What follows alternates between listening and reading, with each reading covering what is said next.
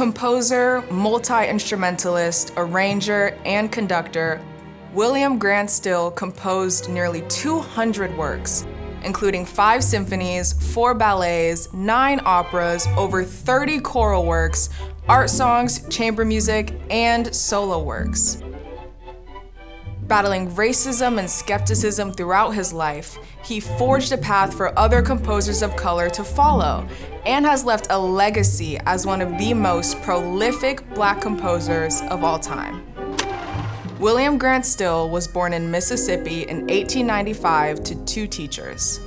After his father passed when Still was only 3 months old, young William and his mother moved to Little Rock, Arkansas. Here, Still was introduced to a world of music. Still's stepfather took him to see touring musical performances and operas, and brought home classical recordings, while his grandmother sang spirituals to him. Still soaked it up. He started violin lessons at the age of 15 and taught himself to play the clarinet, saxophone, oboe, double bass, cello, and viola. Despite his musical inclinations, Still went to Wilberforce University to pursue a medical career at the behest of his mother.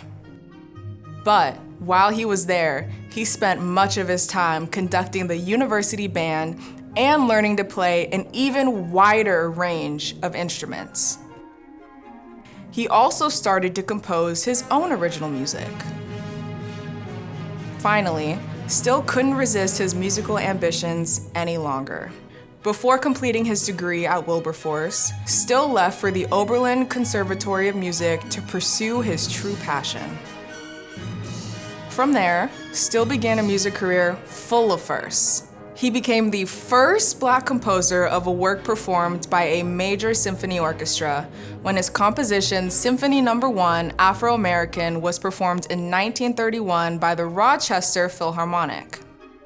He was the first Black conductor of a major symphony orchestra leading the Los Angeles Philharmonic in July of 1936.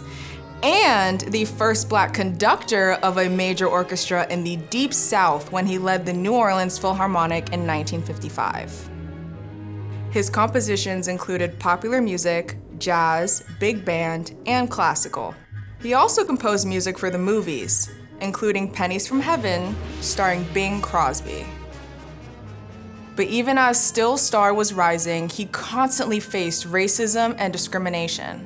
When Still wrote a song for the 1939 New York World's Fair, he wasn't allowed to attend a performance of it without police protection, unless he came on Negro Day.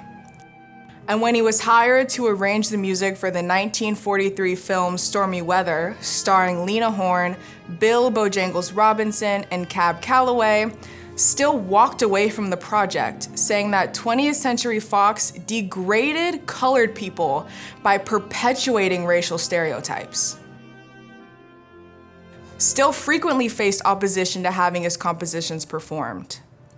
It took nearly a decade for Still's grand opera Troubled Island to reach the stage in 1949 at the New York City Opera, where it would become the first work by a Black composer to be presented by a major American opera company.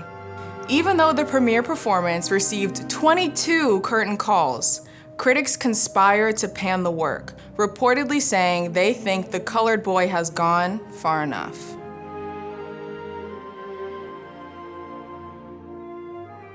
Despite these challenges, William Grant Still's legacy remains an enduring testament to his resilience and creativity. The original works that he fought for audiences to hear are now performed regularly. He not only paved the way for future Black composers, but also left an indelible mark on the world of classical music and truly earned the title Dean of African American Composers.